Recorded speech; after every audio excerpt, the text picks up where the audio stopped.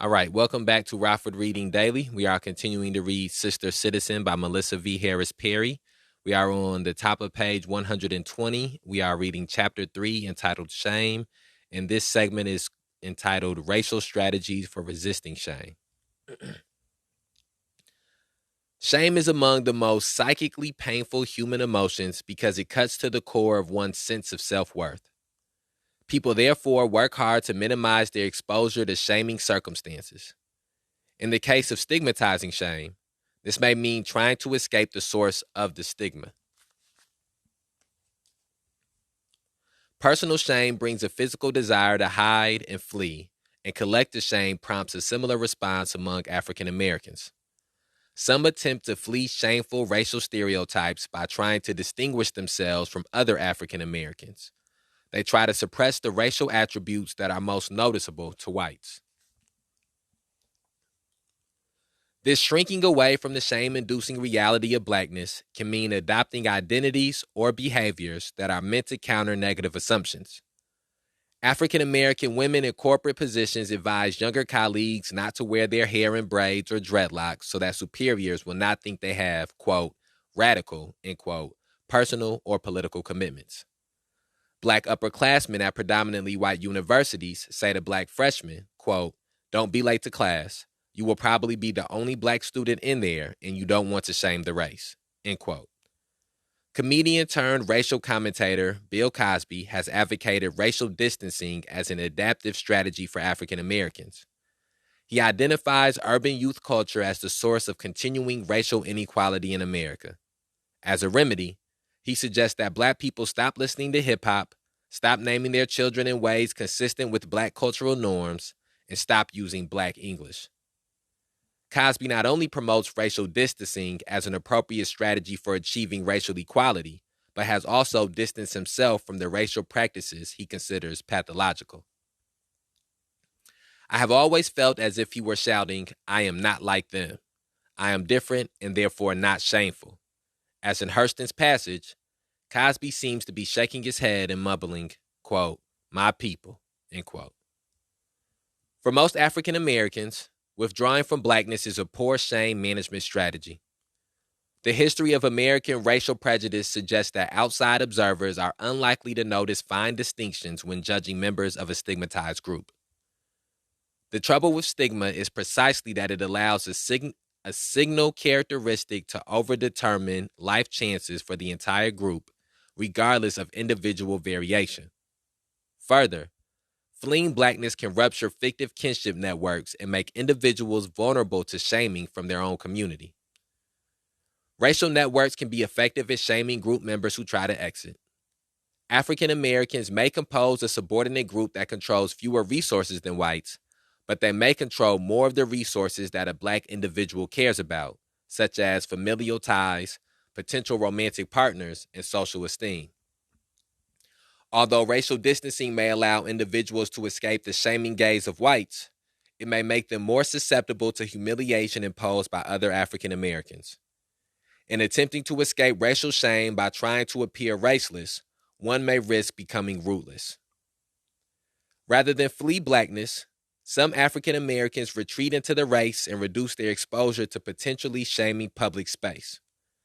An interesting analogy is the way patients with poor reading capacity experience shame in medical settings. Adults with low functional literacy find it very difficult to tell physicians about their medical needs. The difficulty arises because these patients feel deeply ashamed of their low literacy in front of high-status doctors.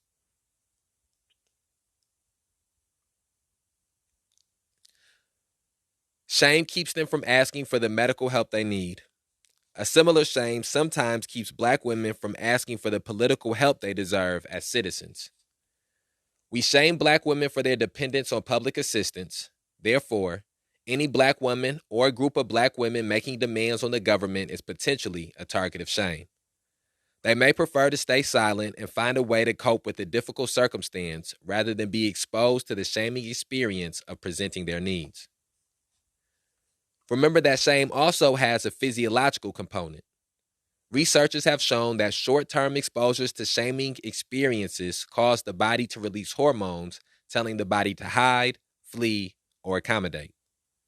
There is reason to believe that sustained exposure to shame can cause chronically elevated cortisol levels in members of stigmatized groups. Not only must African Americans overcome structural and not only must African Americans overcome structural and psychological barriers to political action, they must also counter real physiological barriers. It is harder to engage the external world when you feel ashamed. It is particularly difficult to engage politically because, as I discussed in Chapter 1, political action requires demanding recognition. Shaming is a problem of consistent and intentional misrecognition. Making demands on the state means asking the state and society to see you and pay attention to your interests. Asking for recognition is a nearly impossible physical task when you feel ashamed.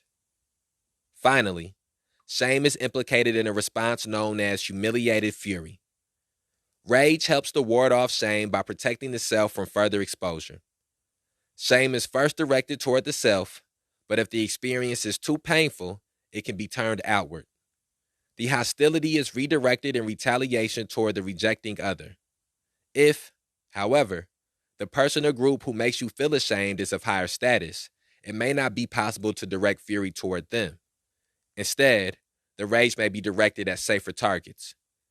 Shame-prone individuals appear generally disposed to blame others for negative events, perhaps as a way of defending against the overwhelming global experience of shame.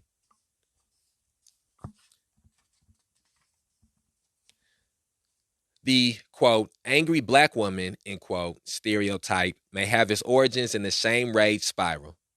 If African American women's position at the intersection of race and gender makes them uniquely vulnerable to shaming, it may also make them particularly susceptible to the humiliated fury that shame provokes. In an effort to protect their core sense of worth, black women must shun some of the demeaning and painful stereotypes away from themselves. Anger is an effective, if sometimes destructive, way to accomplish this self-protection. Not only do black women find themselves in personal shame-rage spirals, but they are victimized by others' anger-based shame management. African American men are also subjected to racial and gender stigma that makes them vulnerable to shame. Strength, independence, and invulnerability are the received social norms of masculinity in the United States, but black men's racial and class status requires them to interact with the world that often makes them feel weak, inadequate, or helpless. Research shows that men are particularly uncomfortable with the humiliation that results from this sense of weakness. In an attempt to mask this shame, men can react with violence and anger. When we consider the impact of shame on black women, we must consider intersecting sources of conflict. Black women's own vulnerability to collective shaming and their need to manage the collateral effects of men's shame. I want to pause here for an important caveat. These processes are not deterministic. Not every African American living under Jim Crow felt constantly ashamed. Not every black woman who must apply for public assistance feels ashamed. Not all African Americans try to distance themselves from blackness.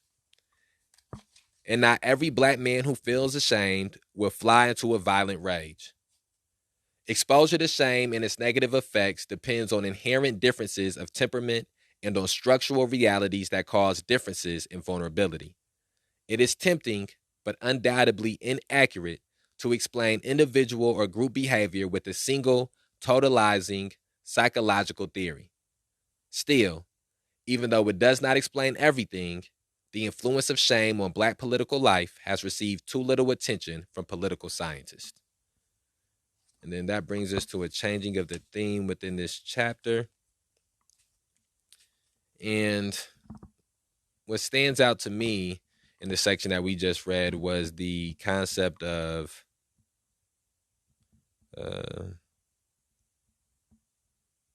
humiliated fury, the concept of humiliated fury. And a lot of times I think about when you start to think about the concept of black on black violence, the concept of intercommunity violence, the notion that the people that you tend to commit violent acts against are people who live in who live in a close proximity to you. When you think about domestic violence, whether that be a husband assaulting a wife, beating a wife, abusing a wife, or a father abusing a son, or a son abusing a mother, or a brother abusing another brother or a sister. When you start to think about these acts of violence that take place among Black people, it's impossible to not trace them back to generational trauma that's being passed down. And when you look at the generational trauma that exists, it's impossible to not make the connection to the racist trauma that people endured. And so when you think about a Black man, and I think I've seen this like in maybe depicted in movies, I think of a James Baldwin conversation that he had, and the woman he had the conversation with is escaping her name's escaping my mind right now, and I'm gonna feel crazy for not being able to remember her name. I'm gonna try to look it up as I'm saying this. But he spoke to her. They were having a conversation, and he spoke to her about how it was for Black men, and this was a conversation that was filmed in the 70s, early 70s or late 60s, and he spoke to her about how a Black man would leave the house, and when he goes to work, he's told he's lesser than by the white Nikki Giovanni. That was who we had this dialogue with. James Baldwin and Nikki Giovanni. It's a great conversation to go back and listen to if you haven't before. But he spoke to her about how a Black man leaves out the house, and for example, on the bus, he's relegated to ride in the back of the bus. So he's told he's lesser than, and he feels some type of anger and shame about that. He goes to work, and he has the lowest paying job, and he's called boy, and he's disrespected there. He walks back home from work, and he deals with disrespect from the white men that he's walking back home from work, and he's disrespected by maybe a white police officer.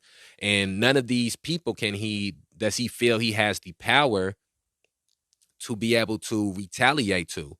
And then he gets home to his Black children. He gets home to his Black wife. He comes home to his Black neighborhood next to his Black neighbor, and maybe his Black neighbor says something to him, and that becomes the straw that breaks the camel's back, and he lets out that violence onto his Black neighbor because he feels safer to do it than he did on the white man on the bus, or the white man at the job, or the white police officer. Or he lets that anger out on the Black woman that he's married to, or his Black children.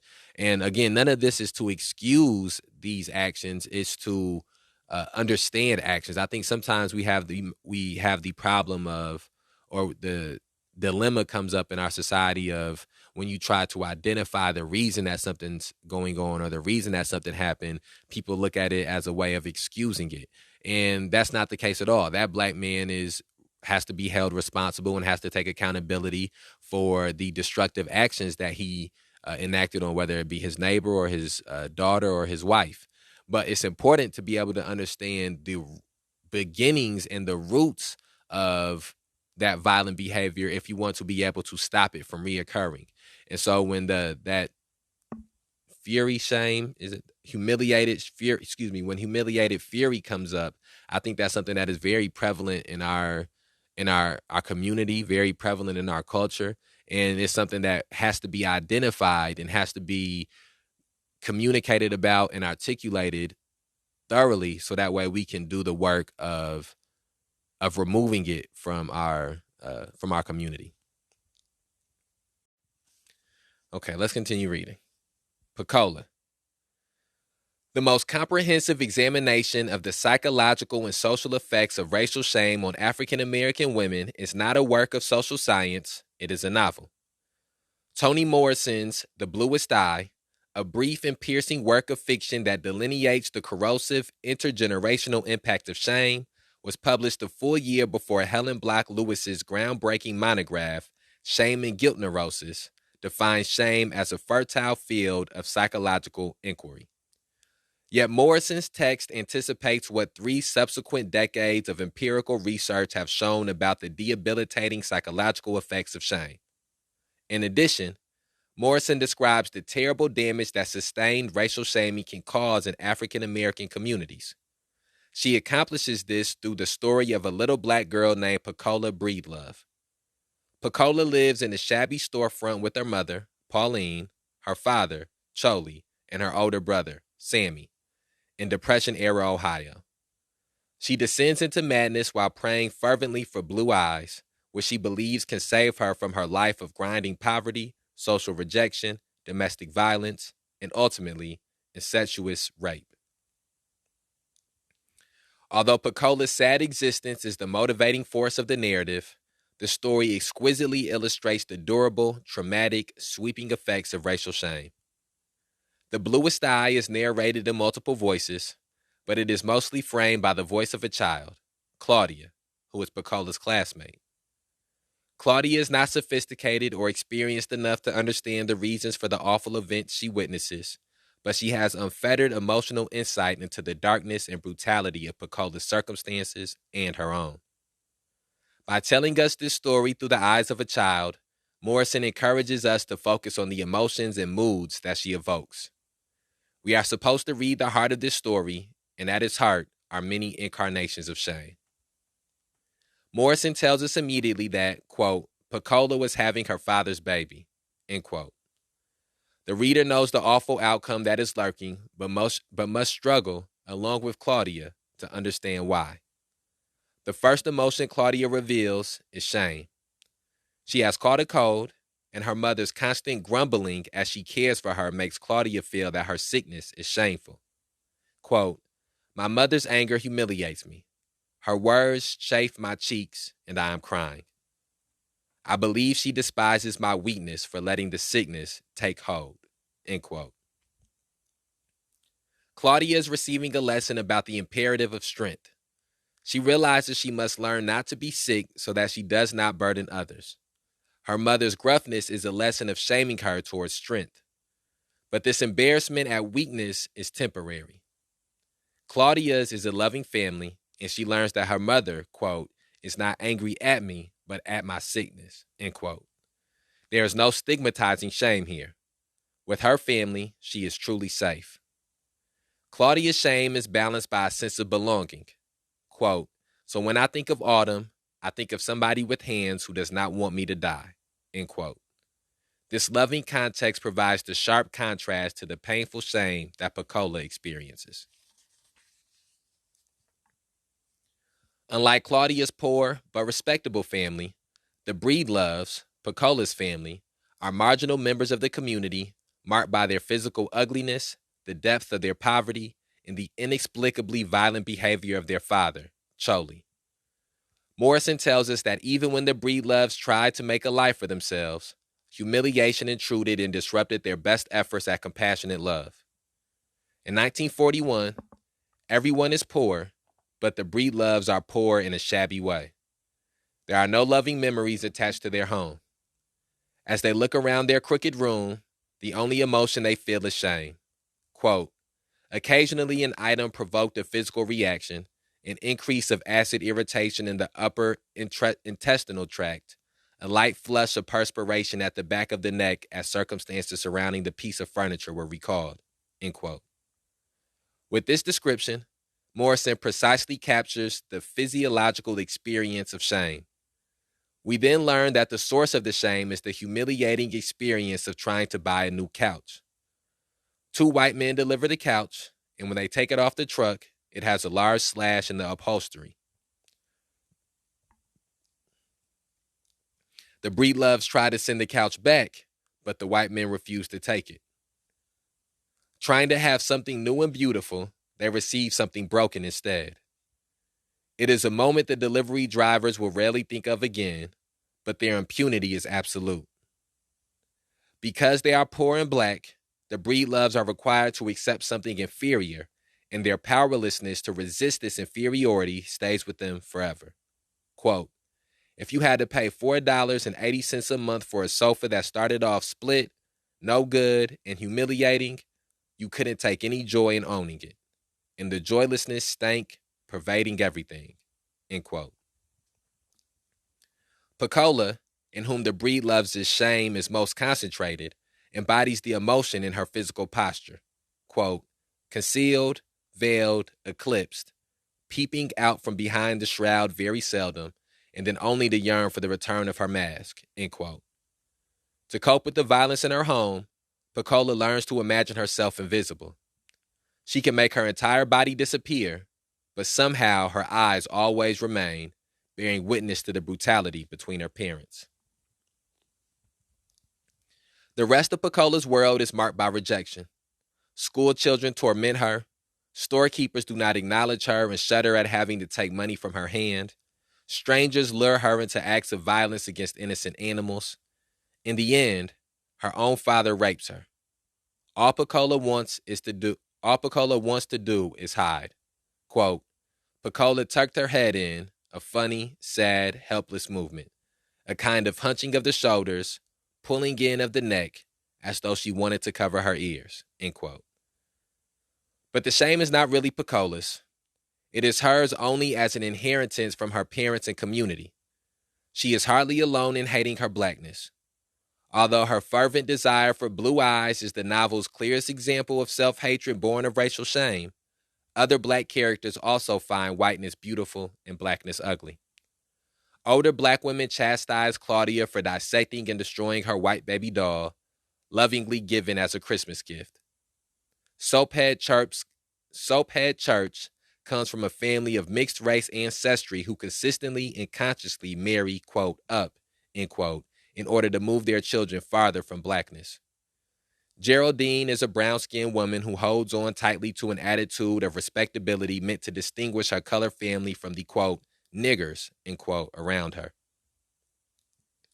Picola's mother, Pauline Breedlove, has embraced the role of mammy for a wealthy white family. In a pivotal moment, Pauline abuses and rejects Picola after Picola accidentally spills a blueberry pie in the white folks' kitchen where Pauline works. Quote, Polly, end quote, as Mrs. Breedlove is called by her white charge, soothes and reassures, quote, the little pink and yellow girl, end quote, with an affection she never knows from her own mother, from her own children. Let me say that again. Quote, Polly, end quote, as Mrs. Breedlove is called by her white charge, soothes and reassures, quote, the little pink and yellow girl, end quote, with an affection she never shows her own children.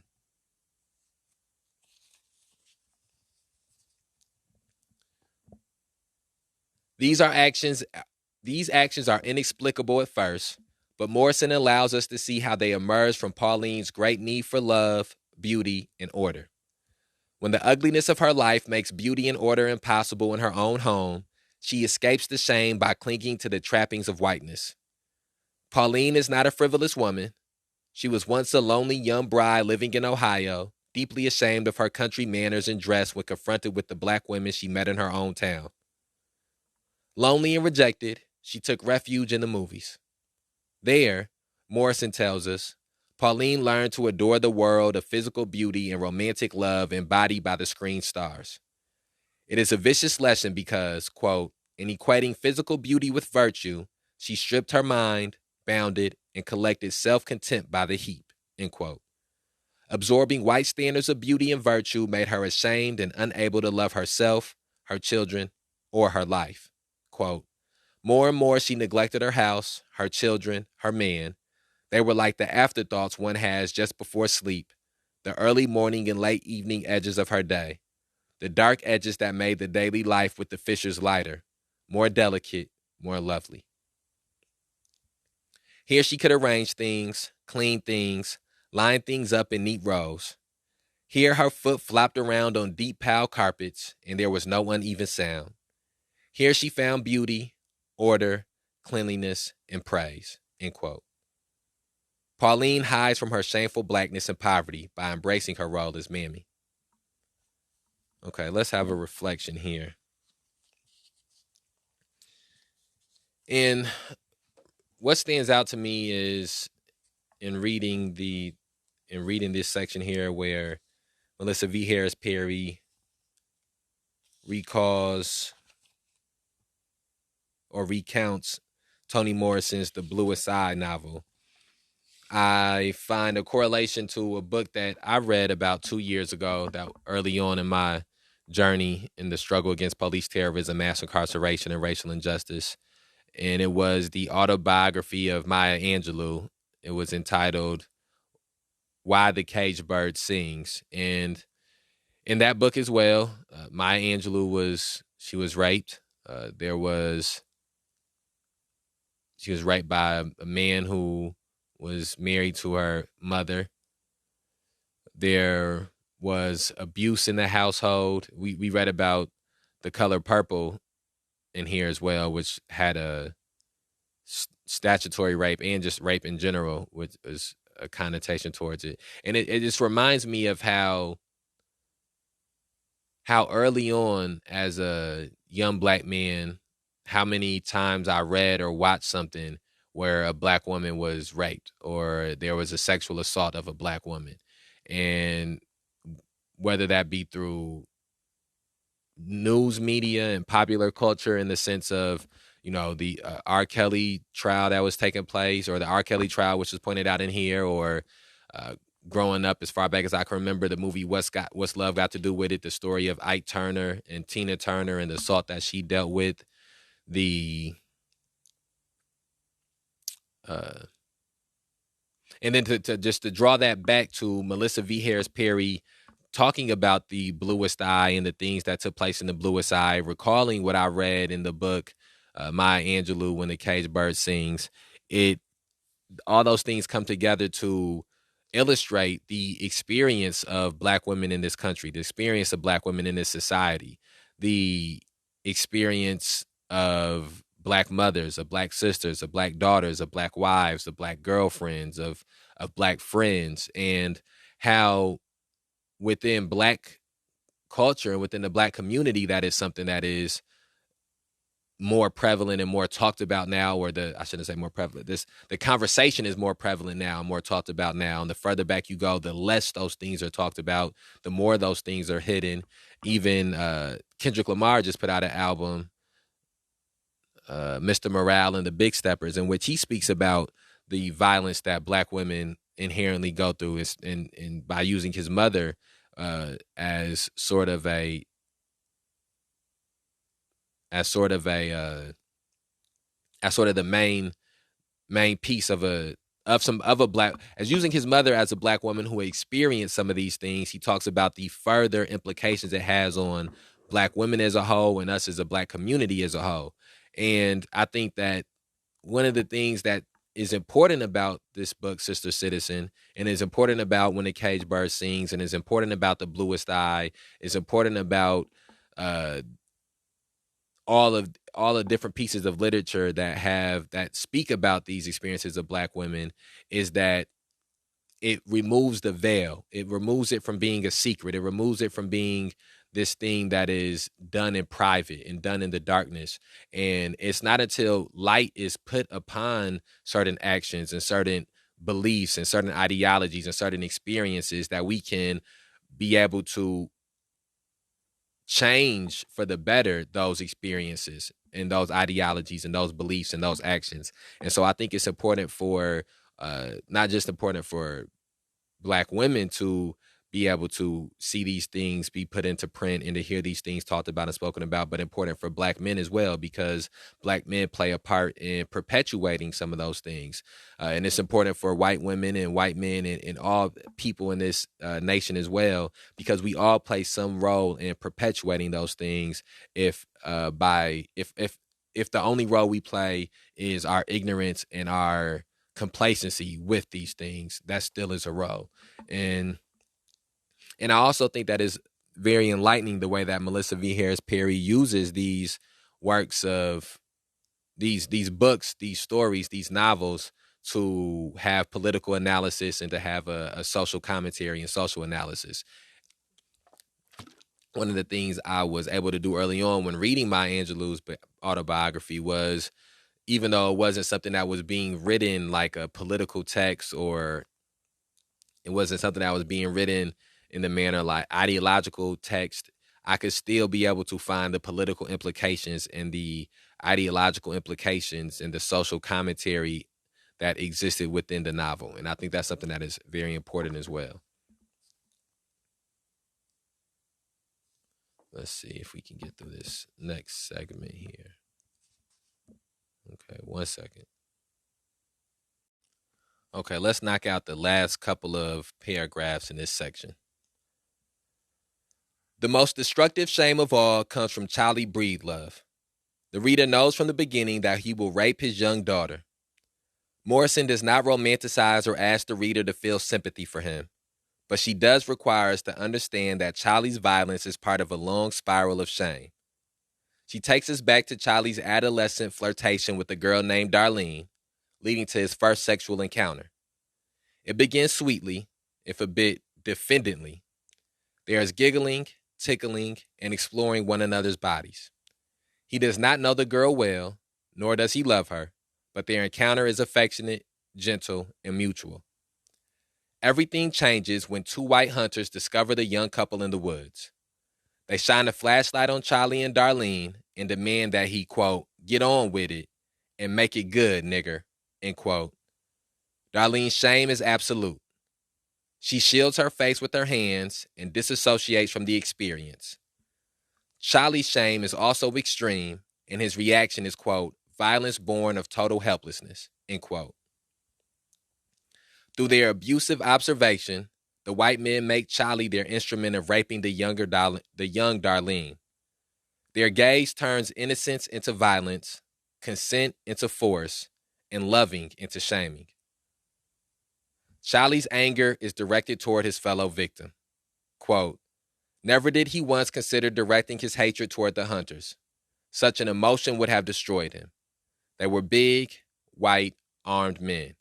He was small, black, helpless, end quote. Instead, he hates Darlene and becomes sick every time he looks at her or thinks of her. Morrison needs the reader to see this moment. She wants readers to know that more than being left on a trash heap by his mother, more than being raised by an elderly aunt who dies in his youth, more than being rejected by his father in favor of a craps game, it is this moment of shame at the hands of the white hunters that sets off the spiral that eventually ends in Charlie's rape of his own daughter. Morrison wants us to know that Charlie is still reeling with shame on that Saturday in spring years later when he rapes Pecola. Perhaps even when he rapes her a second time soon afterward and she becomes pregnant with his child. Morrison teaches us that the pathologies of this family are not innate to themselves. The seeds of Pecola's destruction are planted by the shaming gaze of white supremacy. 2 decades before clinical psychologists conceived the theory of the collective effects of shame, Morrison's painful tale of the Breedloves explicates the burden of shame that black girls and women carry. Through Claudia's jealous rage about Shirley Temple, Morrison reveals how black girls are forced to live in a world that declares Shirley Temple beautiful and worthy and bestows on her the chance to dance with Bojangles, whose loving, affirming glances are denied to little black girls like Claudia. Along with Claudia, we can be outraged by a world that negates and erases black girls. When the community learns that Pecola is pregnant by her father, most hope that the baby will die, but Claudia and her sister don't share this desire. Quote, our astonishment was short-lived, for it gave way to a curious kind of defensive shame, end quote. Despite the others' wishes, Claudia, quote, felt a need for someone to want the black baby to live, just to counteract the universal love of white baby dolls, end quote. But the shame is too deep, Morrison tells us. Pecola's baby dies. After the infant's death, Pecola descends into madness and spends her life walking the streets of her little town. Her utter destruction is an indictment of American racism. It is also a warning to African American communities of the consequence of internalizing, quote, dominant standards of value and beauty with little or no inspection of or reflection on the effects to itself or to its individual members, end quote. Pecola's story is not typical or pervasive. Most black men do not cope with the internalized shame of racism by sexually abusing their adolescent daughters. Yet her story is instructive because it details the abhorrent possibilities of shame. Morrison writes that her intention with the novel is to focus on, quote, how something as grotesque as the demonization of an entire race could take root inside the most delicate member of a society, a child, the most vulnerable member, a female, and trying to dramatize the devastation that even casual racial contempt can cause. I chose a unique situation, not a representative one. End quote. Okay, one of the things that was touched on multiple times through this passage that we just read, speaking about Pecola and speaking about this book, The Bluest Eye, is the beauty standard, is the white beauty standard, and how Claudia specifically felt shame from that white beauty standard, and how, she destroyed the white doll because of the fact that it was a white doll, because of she understood that just the doll being white made it, in the standards that people were being judged at the time, made it more beautiful. And that's something that is very prevalent, or something that's very, I think, an important thing to understand in the unique experience of Black women in this country, and that there has purposefully been a beauty standard that has been set to be the opposite of Black. That's how, the concept of colorism comes in. That there's been a beauty standard in this country that has been purposefully the opposite of Black or African phenotypes, of African American, or African specifically. What's the word I'm looking for here? Body features or facial features. And when I grew up where, and it's there's a slight bit of, there's more token representation now than it used to be, but still, I grew up in a time where the leading woman in movies would be a white woman with, blonde hair, blue eyes, or the leading supermodel, or the biggest supermodel, the woman magazine models and covers would be, white women with blonde hair and blue eyes. And that was something that not only does it have an effect on the men and the young boys who see it, but it has, and it has an effect on them, because that begins to be what they may desire, what they begin to believe is a more valuable woman, quote unquote. But it also has an effect on the women who don't look like that, who see those things, who think that these things that they can't control. We read about here this young girl praying for blue eyes. She couldn't control having blue eyes. Black women who went through bleaching processes to have themselves look more white. Again, we get to speak about quotes. I've spoke about different Malcolm X quotes in the last couple episodes, but Malcolm X has a quote for, in so many words, where he talks about Black people being taught to hate themselves, being taught to hate the condition of their hair, and that's why they, would straighten their hair. Black people being taught to hate the size of their nose and the size of their lips. And, you can go back and see, plastic surgery, and different people with stronger African features, who, got plastic surgery to change those features. And all of those things have to be connected to the bigger issue of white supremacy, and the bigger issues of racism, and all the different ways that those things manifest and take hold. And so I know there was other things that were talked about in there, but that was something that I believe needed to be pointed out as well. And so we got like 4 paragraphs left before we can finish chapter 3. And I don't want to start the next episode finishing chapter 3 for some and then start in chapter 4. So we're just going to read these last paragraphs, and unless something extremely potent comes out, I will let Melissa V. Harris Perry do the speaking, and I won't try to put any of this in my own words, and we'll just wrap this episode up. I know it's getting to be on the longer end. The politics of shame. At its core, shame is an emotional response to misrecognition. Research suggests that an infant's first experience of shame occurs when the beloved parent fails for the first time to recognize the child by mirroring its facial expressions and mood. In an infant's earliest interactions, it discovers its power by the sustained eye contact and attention of the caregiver. The parent greets the waking baby with the wide eyes of enthusiasm. As the caregiver lifts the crying infant from the crib, he or she grimaces with concern about the baby's tears. When baby wants to play, the parent smiles and coos. Together, baby and beloved create a dyad based on the caregiver's open recognition of the infant's needs and emotional states. The infant grows confident in its own worthiness because when it has needs, the caregiver recognizes and meets them. Though utterly dependent on the adult for its needs, the infant comes to feel powerful through this attachment. Recognition by the adult conveys safety, worth, and self esteem. But inevitably, the day arrives when baby's attempts to engage the parent are met with distraction or disapproval. The caregiver looks away, stares blankly, seems uninterested or even angry about baby's attempts to engage. Psychologists believe that these first failures to receive clear facial signals of recognition from the beloved caregiver initiate our first experience of shame. Unable to provoke recognition and mirroring, the infant feels his first sense of powerlessness. Every child, no matter how vigilant and loving the caregiver, will eventually encounter a violation of recognition and the experience of shame. In this sense, individual shame and its physical and psychic consequences are constitutive of our humanity, part of the very fabric of human experience. This does not mean that shame is our sole or definitive emotional experience as humans. Shame is soothed by responsive interactions that, over time, reduce instances of misrecognition to infrequent anomalies, but unique psychic and emotional damage is wrought on those children who face chronic, abusive refusal to recognize their needs and desires.